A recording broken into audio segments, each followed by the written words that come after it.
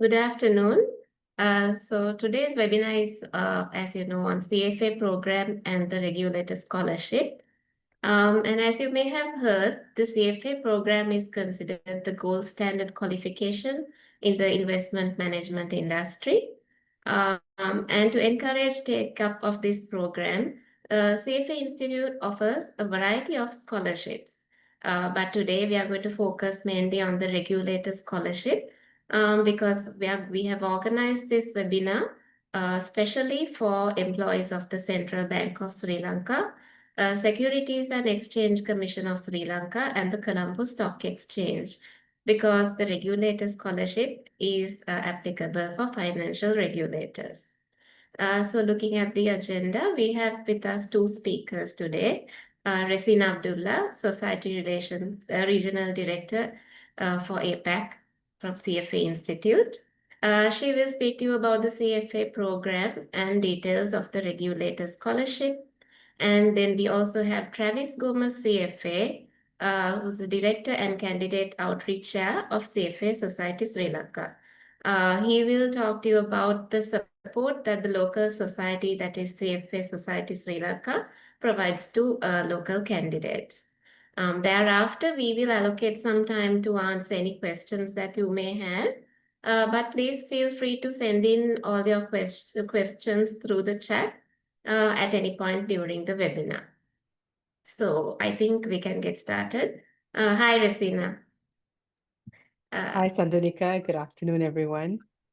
Shall we briefly give a brief introduction to the audience about your role in the CFA Institute and with the societies before we start off with your presentation?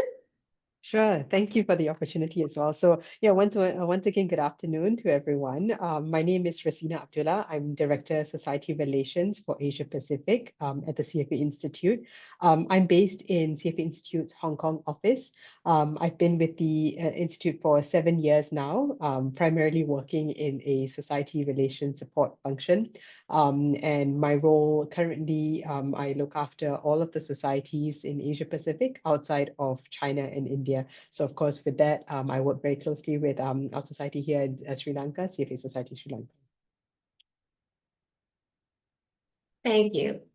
I think we can move on to your presentation now. Okay, let me bring up my slides and then we'll get into it. Yeah. Okay, just to a confirmation that you can see my slides. Yes. Okay, let me start then. Thank you.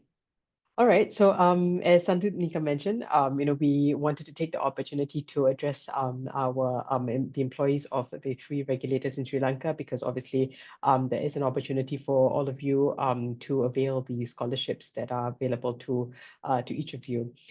So with that, of course, we also wanted to give you a bit more of an understanding about the CFA program for some of you who may be already on that journey or towards that path. Hopefully this can address some of the questions you may have. And for others, if you are not sure about it, maybe this will give you a bit of some clarifying information. So let me begin with an introduction of CFA Institute first. So we are the world's largest association for the investment profession, and we advocate for the promotion of standards, ethics, as well as professional excellence for the ultimate benefit of society. This is what we look like in terms of numbers around the world. You'll see here, obviously, that our members are largely based in the Americas region, but conversely, most of our candidates, in fact, come from APAC and Asia Pacific, where all of you are. So I always say that this is the growth engine of CFA Institute, and really where we see the highest level of progress in terms of new candidates coming in to the program. So when you think about CFA Institute, one of the terms that you may hear often associated is that we are the gold standard. And indeed, I think ask any charter holder, and maybe Travis can also attest to this. It is really known for its rigor of the curriculum. It's one of the toughest exams in the world, but that's also why it's called gold standard, in that it's not an easy feat to achieve. Right now, we have over 204,000 charter holders in more than 160 markets around the world.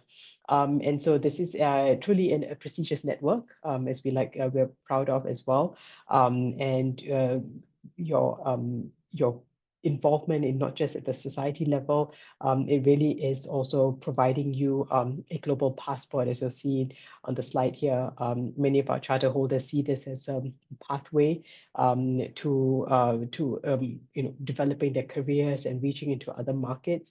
In fact, we always akin the CFA program to a grade leveler. Regardless of whether you take the exam in Sri Lanka or the US or Singapore, it's the same exam, the same rigor, and so it's keeps everybody on the same level field. In addition to that, or because of this as well, we are recognized by many regulatory bodies around the world. So currently over nearly 30 markets around the world where we have acquired exemptions or waivers from other regulators, in order to meet some of the local licensing requirements. So oftentimes, if an individual is a CFA charter holder or they may have completed at least level 1, it may entitle them to getting a waiver for some of their local licensing as well. In addition to that, we have a very strong network with universities, over 800 universities that are affiliated to CFA Institute. And so that means that they have incorporated at least 70% of their curriculum is comprising and aligned with the CFA program curriculum. So this also enables students who are studying in these degree courses essentially to be preparing for both exams, so to complete their degree, but also ultimately to qualify for the CFA program as well. So why do people pursue the CFA charter? I think you'll see here, and then probably some of you may already be familiar. I think the number one reason is really the competitive job market. And so, being able to set themselves apart, differentiate themselves from their peers and their other competing candidates is usually one of the key reasons people do this. Value for money, what we hear is that, oftentimes there's a comparison between the CFA program and, let's say, doing an MBA. And so if you compare the cost in that way, it's much more economical. And then of course also the global recognition, as I touched on earlier. I think that's really one of the key reasons. As so many of our charter holders are not just within developing markets, etc. They see this as a way to stand alongside their peers in some of the other financial centers as well. And what about the benefits of employing CFA charter holders?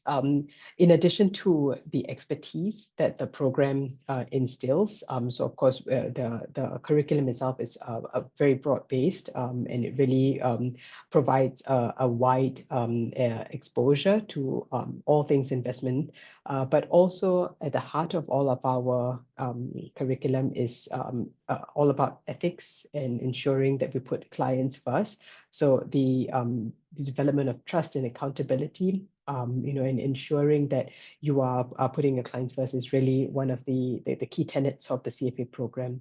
And then, of course, relevance and recognition. And this primarily comes from the continual updates to the CFA program. So every year, we review our curriculum, and we do this alongside our members, our industry partners, our academia, as well as other candidates as well, to ensure that the content remains relevant and it's up to date. And as a charter holder, once you've completed the course as well, you will have access to these updated content as well. So you're continually keeping yourself relevant. And of course, then our charter holders as well, many of them are employed by the top investment firms in the world. And then, of course, that comes as well with the regulator recognition that I mentioned earlier.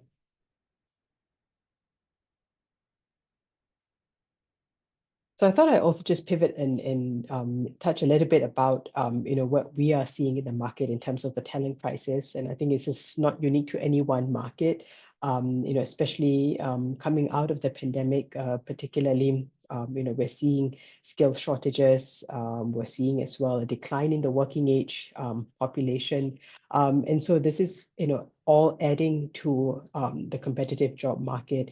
And so this is where CFA Institute's learning offerings, particularly the CFA program, has been a go-to resource from not just the employees, but also for employers who want to ensure that they provide continuous upskilling for their teams. And in fact, they also tell us that it is essentially a very solid means for them to be able to retain and attract talent as well. And so, when we look at what the CFA Institute program and the courses enable one to do, this is really the reason we have been a go-to resource. We're not just looking at the regulations, legislations, as well as governance, but broadly, we're looking at market, the market characteristics, ensuring that we're able to also help our candidates be better at navigating all the risks that are especially growing in this current climate as well. So now let me go a bit deeper into the CFA program and what that looks like if you were to get onto this journey. You may be familiar that it is a 3-level program. And you'll see here how the each of the levels and are broken down, and in terms of the focus areas as well. I'll touch on the specific content in the next slide, but just broadly here, I just wanted to highlight again, with each level, you'll see here the accompanying focus areas, but at the cornerstone of it is ethics. So that's really something that anchors our curriculum through and through, and it's one of the distinguishing features of the CFA program as well. So here is a snapshot of what kind of topics and skill areas as well that can be gained by going through the CFA program. Just focusing on level 1 particularly, because I think most people would be starting at this point. You'll see here, the focus is really on the analysis aspect of investment. There's also some aspect of asset classes as well as money management. But for sure, I think what will be very relevant to, especially to regulators, looking at ethics again, capital structures, financial analysis, as well as monetary and fiscal policy. And that's usually some of the key areas that would be of interest.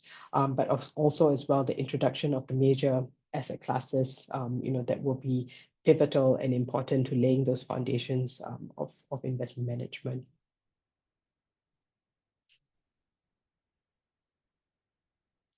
In terms of when the exam is offered, we do testing throughout the year across 4 different windows. For level 1, the exam is available and administered 4 times a year, as you'll see here, February, May, August, and November. 3 times a year for level 2, and twice a year for level 3. So these are pretty much the standard windows that you can plan for your studies along. Now, I thought I'd also highlight some of the changes to the CFA program that we've made in the recent year or two. And we actually celebrated our 60th anniversary of the CFA program last year. And with that, we've also introduced some of the most significant changes to the CFA program to date since its inception. And so there were 6 key changes, and let me take you through each of these 6 key changes in the next slides.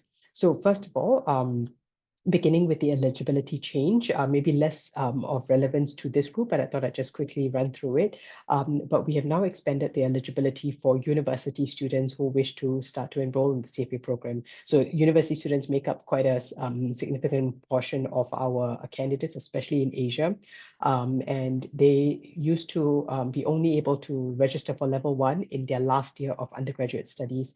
But beginning last year, we have now enabled students in their second to last year to start that journey. And this is in direct response to what we were hearing from students and their faculty, that they want to start the candidate process sooner, because that also helps them to compete in the job market, but also to also show to their future employers that they are serious about the investment profession that they want to pursue.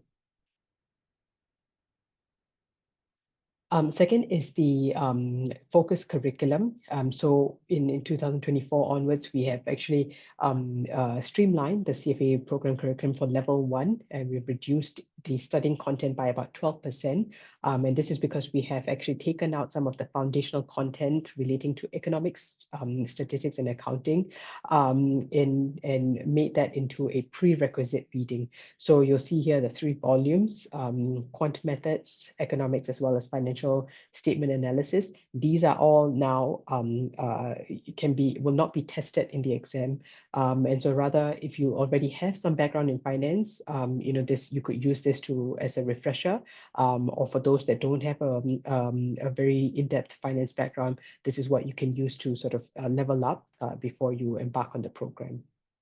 So with that, it should also reduce the studying time, and bring us back to the 300 hours brand promise that we have. So that's another jargon that you might always hear associated with CFA Institute, is that about 300 hours of study per level.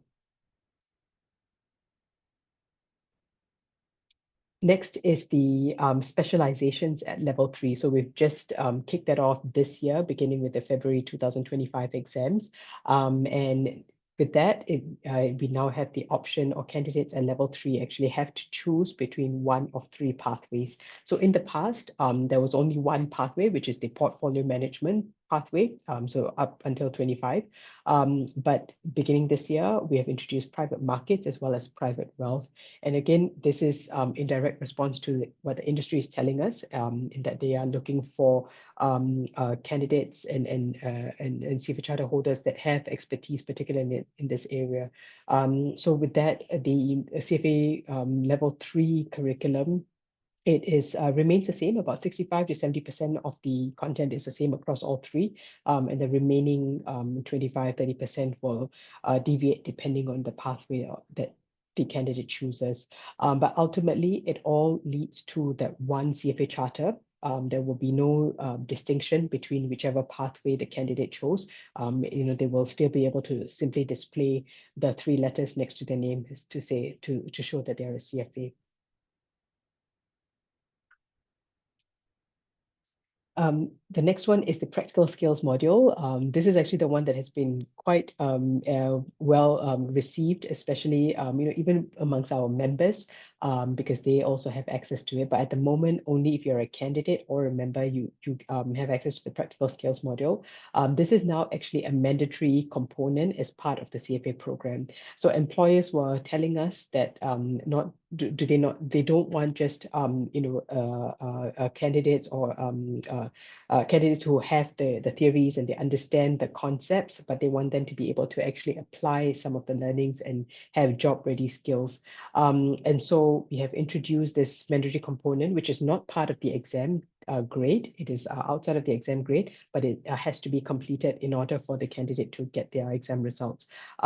So at level 1, a candidate has 2 options, either financial modeling or Python programming fundamentals. Level 2, analyst skills, as well as Python, and more advanced level of Python. And we're also introducing the practical skills for level 3. So there'll be one for each of the pathways, as well as a portfolio management PSM, practical skills module. So these practical skills modules are a lot more interactive. They comprise mainly of, you go through the content by watching videos and have practice time as well. There also will be MCQ questions that to apply what you have learned, some of the concepts. But ultimately, what the candidates will have to do is actually create or develop something in a hands-on manner. So for example, for financial modeling is to actually build a financial model in Excel, or they would have to do a coding exercise. So it's a lot more practical, and it gives add some added skills to our candidates as well. Yeah, here's the level 3 practical skills modules that will be launched in 2026. Okay, and then here's the last one is the practice pack, and this is the additional add-on that a candidate can purchase if they want to have additional practice time.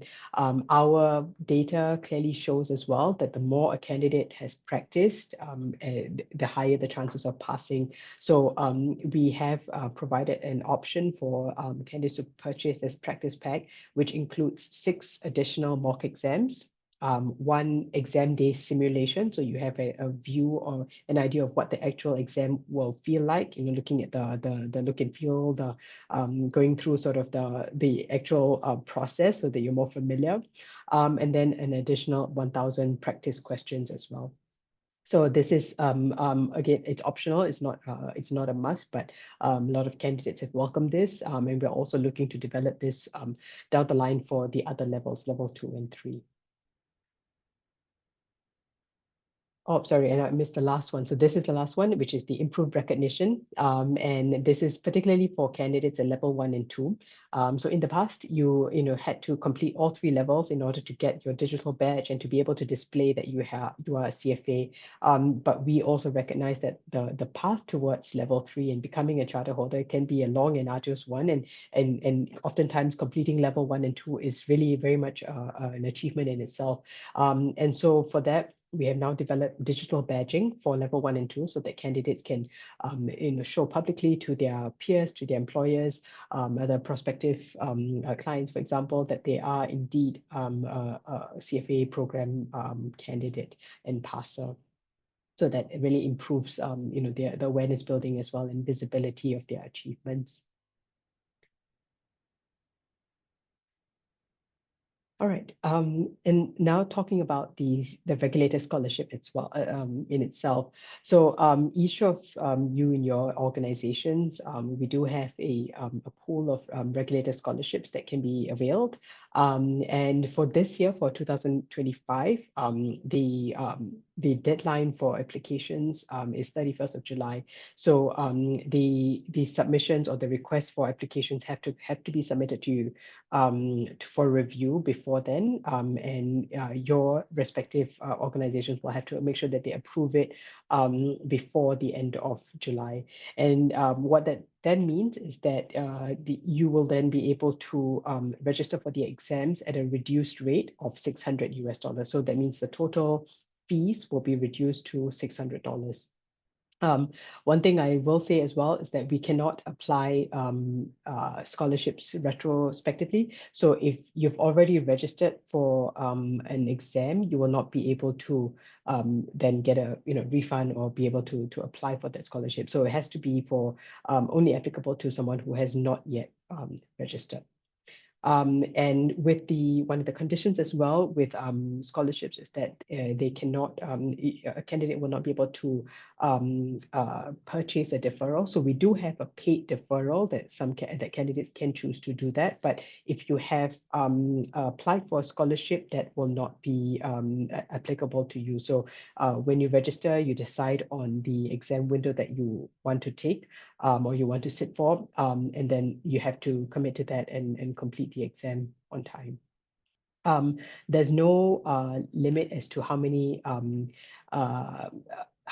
times you can apply for the scholarship, but but an individual has a maximum of 2 opportunities to use per level. So if you applied at level 1 and you were successful, you can still apply for level 2. But at any one level, you will only have 2 opportunities to pass using the scholarship. So if you're not successful after two attempts, then any subsequent attempts will be at your own cost.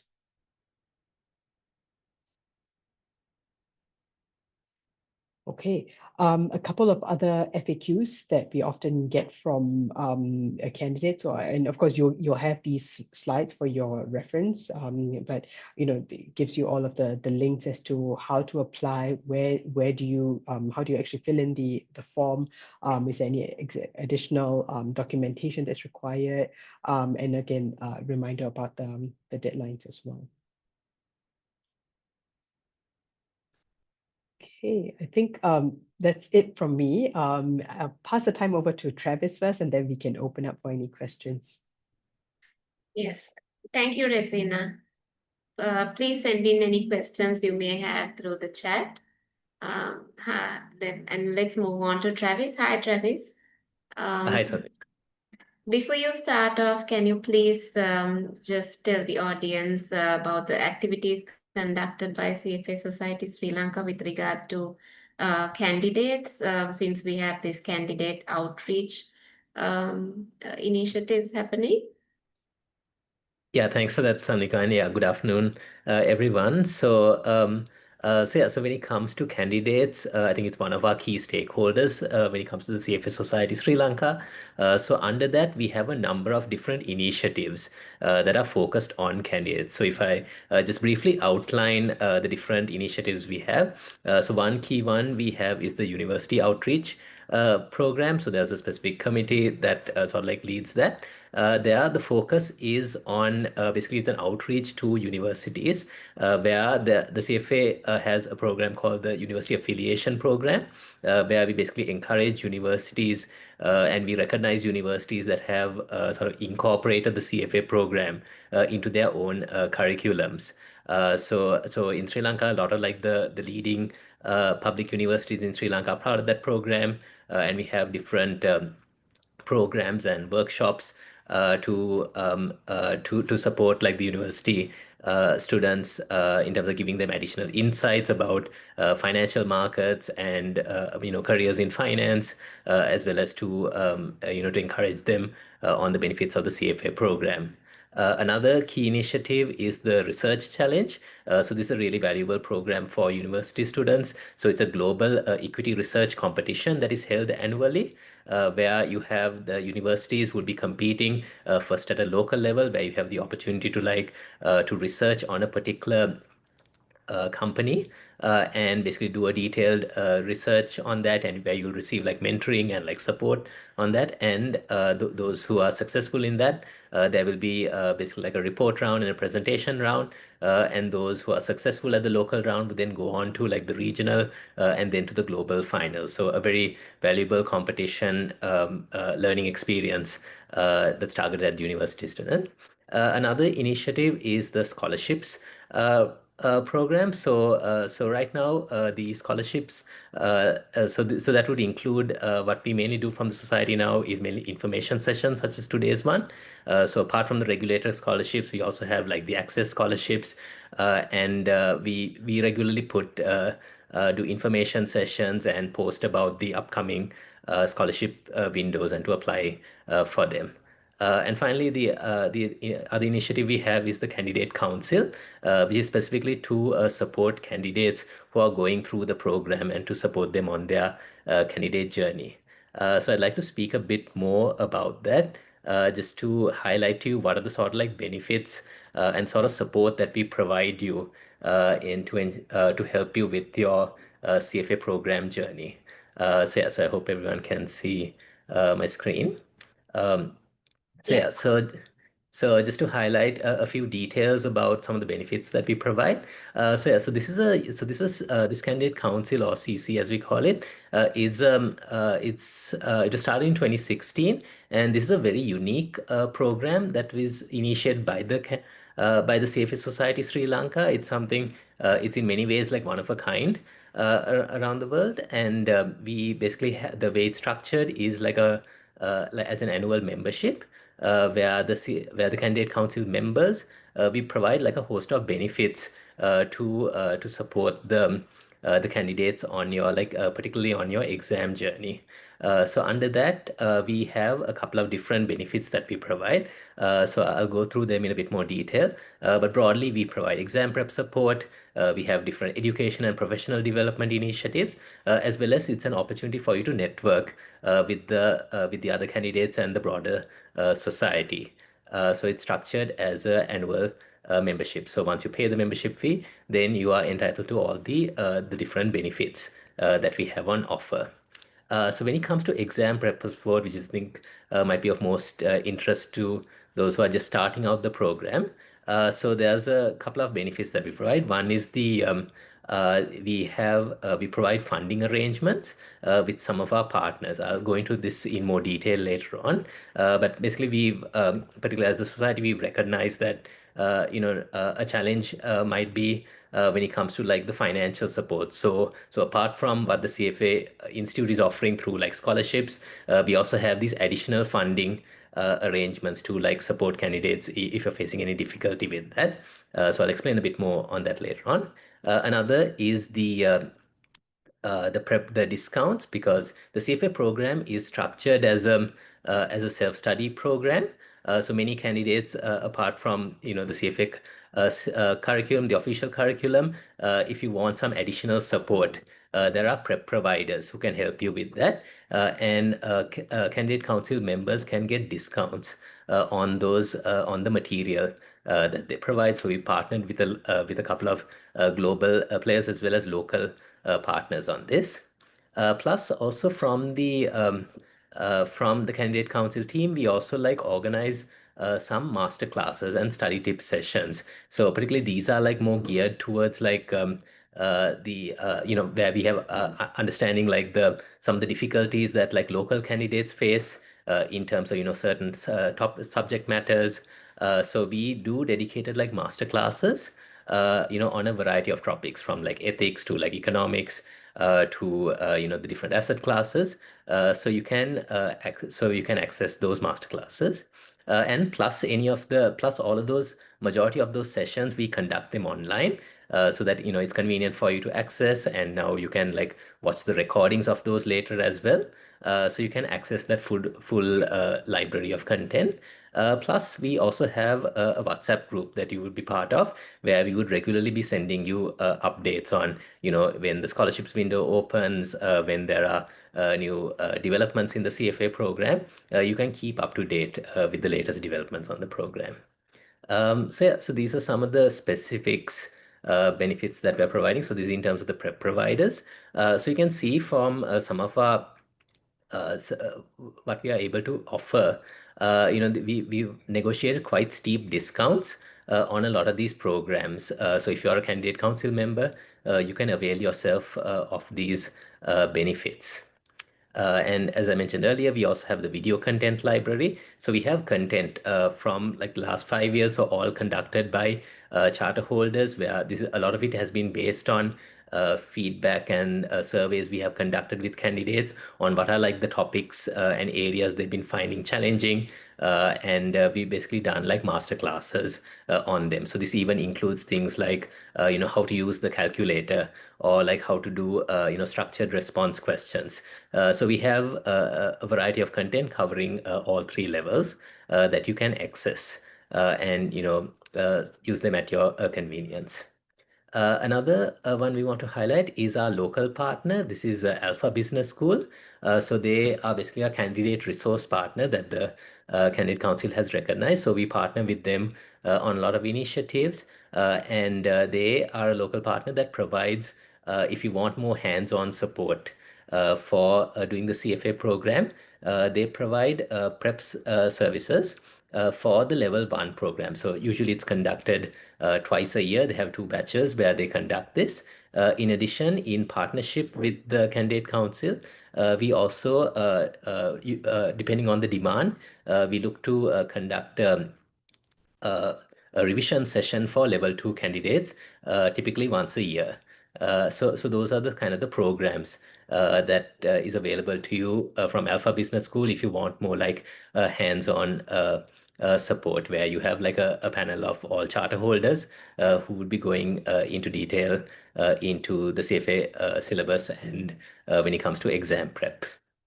And also want to highlight a special benefit that that Alpha Business School is generously offering exclusively for the regulators. So this is for any of you all who are joining from your institutes, from any of your organizations, uh, from the regulators. If you're from one of these companies, if there are 5 or more of you who are joining, then Alpha Business School is making this offer where they will provide this Kaplan Swazzer mock exam bundle for free. That is provided there's 5 or more joining from a given organization, and this is on top of the discounts that they already offer to candidate council members on their regular programs. Then to highlight a few more benefits that we provide from the Candidate Council is the education and professional development. So I mean, our focus is not only on the CFA program, because when it comes to being a charter holder, it's not, getting through the exams is just the first step. There's also a whole lot of, soft skills and like different skills that you need to develop to like succeed in your career journey. So we try to provide that support through the Candidate Council and through the wider society. So one is we do conduct different professional development master classes. For instance, recently we did a session on AI, how to use like different AI and Gen AI tools for your career, for your career success. So these are, how to use like AI and Gen AI for, say, for enhancing your like CV or for practicing for interviews, etc. So we do some master classes on that. Plus, the CFA Society also has now a dedicated learnings program, and where we do things like for equity, so financial modeling, Python training. So for those programs as well, you can get discounted. Candidate council members can get discounted access to them, as well as for CFA charter holders. We also have continuous education events, and for those also you would have an opportunity to to join them as well. As well as on our WhatsApp group, we also post on job vacancies. And a lot of these, where right now, for many of these job vacancies now, being a candidate or a charter holder is like increasingly becoming like a prerequisite. So we will highlight those job vacancies to you as well. And also another benefit is on the networking opportunity. So basically being part of the candidate council, it's really like an opportunity you have to like meet with other candidates as well as the charter holders. So you'd have some opportunity to like access some of these society organized networking events, which are usually like exclusively for members, as well as you would get priority when it comes to volunteer opportunities. So our past experience has been a lot of the candidate council members of the past have gone on to like volunteer for the society as well and become like active members of the society. So this is like a really a good sort of like forum for you to meet other candidates and charter holders and learn from them. Yeah. Yeah, so to also just to highlight some of the funding support that I alluded to. So this is the HNB financing solution that is provided. So they provide education loan facilities. So apart from the discounted rate you're getting from the regulatory scholarship, if you need some additional financial support, so this is one option you can turn to. The loan facility that HNB is providing. So there are 2 loan options that they're providing. So this is targeted at working professionals, and this is for any exam level. So these are the 2 loan options they have, and you can see it's quite generous in terms of the tenure and the grace period that they're offering on these loans. So this is something you can consider. So one thing I want to also highlight here is that so the way these are structured is that if you apply for these loans, then basically like HNB will then directly pay the institute, and you can also use these loans if you want to say use Alpha Business School or any of the other prep provider. If you want to like pay for their programs as well, you can make use of this the loan facility for those as well. So on this flyer you can see the details the contact information. And I think one thing to also highlight is that make sure that you like apply for these in advance. If you're when it comes to like paying for the fees and all, don't wait till the last minute. They usually require like 15 days for processing time, and you can do it everything online. But if you want to visit a bank, go to the Colombo Metro branch is what you can use for this. And yeah, if you want any further details, please, if you go to the CFA Society website, there's a dedicated page for the HNB loan program. So you can check out more details there. Another benefit that HNB is providing is also the Visa Signature Credit Card.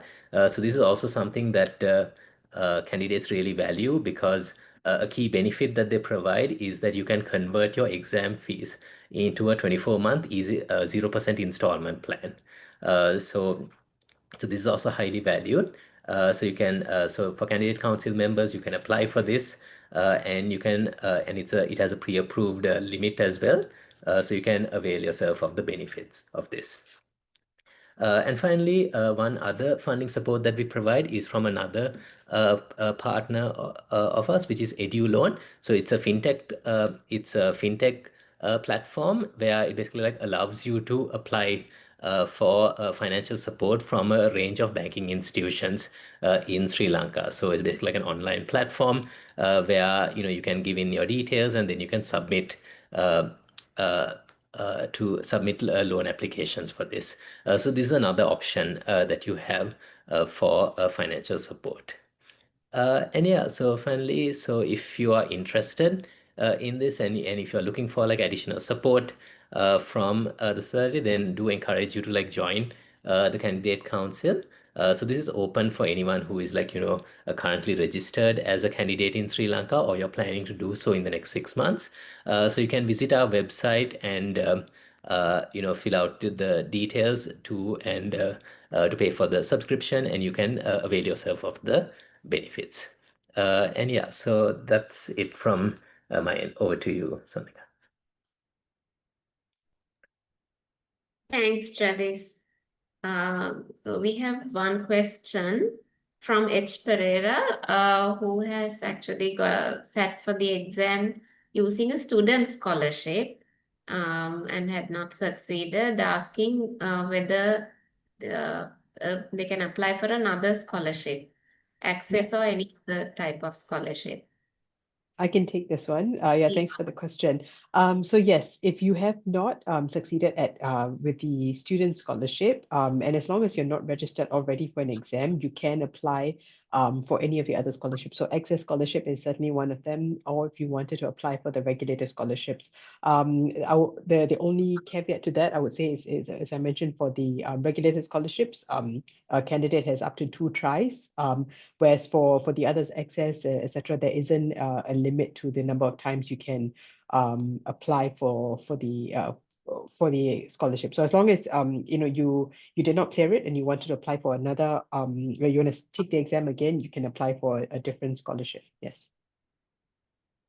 Thanks, Reseena. And with the regulator scholarship, you have up to 2 tries, but if you apply for one and is granted the scholarship, and if you're not ready, there's nothing you can do about it, right? So we have That's right. So we can't defer. So for the regulated scholarship, the condition is that you can't defer the exam window. Yeah. yes. So you have to be absolutely sure that you want to take up the program before you apply for a scholarship, regulator Correct. scholarship. Correct. Yeah. So as a first step, if someone who is working for a regulator is interested in applying, what can we ask them to do, whom to contact? So yes, so as a first step, I mean, certainly, I think within each of the organizations, we do have a key contact point that or primary contact point. So maybe through the society we can share the names of who these individuals are. But ultimately as well, the application will go through that same platform. So there's the link in my presentation would be where you can actually go to put in the application. And when we receive a notification of a new application, application, the assigned point of contact in each of the regulators will be notified as well. So then they will go in and be able to review the application and approve accordingly. Okay. So most probably it would be the HR of most Typically, organizations, yes, right? correct. Typically, it will be someone in the HR team, correct. Yes, but if someone is not sure, they can always write to the society and we Yes, will direct them to the correct point of that's right. contact. Yes. Um, so how long can someone who has applied expect to take before they hear from on the scholarship decision? I mean, it really will depend on how quickly the approvers within the organizations respond. But certainly, you know, at our end, we will also send reminders to the reviews to make sure that they apply it. So it's we don't have any sort of like set window. It really we give the discretion to the approvers. The only deadline, the hard deadline, is that any approvals have to be done before the end of 31st of July, which is the standard application for, I'm sorry, the standard deadline for all regulators around the world. Okay. Thank you. And Travis, looking at the financial support through HNB loans, that applies to regulator scholarships as well, right? So if someone has got a regulator scholarship, they can also apply for a loan through HNB, isn't it? Yeah, that's right, Tanya. Yeah, so there are two programs that are there. So one is if you're like a full-time student, as they have like a separate loan scheme for that, as well as if you're like a working professional. So I think most of you who would be in the someone from the central bank or the SEC, you would be eligible to the loan schemes that they have for working professionals, and that is applicable for all levels. So yes, you can access those. So if you want to pay the balance, want any financial support for the remaining fees, the CFA program fees, or if there's any like for any of the prep provider programs, you can make use of the loan programs for that. Yeah. Thank you. There's another question. When I apply for a scholarship again, should I mention that I previously received one? No, I think we typically don't track. I mean, especially for access for scholarship, for example, we don't track, you know, how many times someone has applied. And I don't believe that's also a condition for applying for, let's say, the regulated scholarship. So we look at it at the individual, I mean, at that point of application, as long as the candidate is not already registered, has not already applied for any other scholarship, they should be in consideration. And of course, then they have to meet all the other criteria as well. Another common question is, Reseena, about the scholarship validity period, whether they should be, now when you're granted a scholarship, institute mentions a certain validity period, and Mm-hmm. within that, whether it's for registration or whether someone who gets a scholarship has to register and sit for the exam as well during the validity period. No, so typically it will be the registration. So because usually there's an option for the candidate to pick up to, let's say, 4 exam windows, subsequent exam windows. So if, let's say, the cutoff date is 31st of July to award and to award the scholarship, they would probably have another month or so to actually use the scholarship. And then they should be able to apply for any one of the upcoming windows. So it's not to sit for the exam, but rather they have to make sure that they register, because when they register, then that means that already puts them on the path towards sitting for the exam. Great. Thank you. I think now we seem to have covered everything. Thank you so much, both Reseena and Travis, for your valuable time. I think it was a comprehensive session about the CFA program, regulator scholarships, as well as the support provided to candidates by CFA Society Sri Lanka. So thank you once again. Thank you. Thank you all as well. Yeah, thank you all for joining.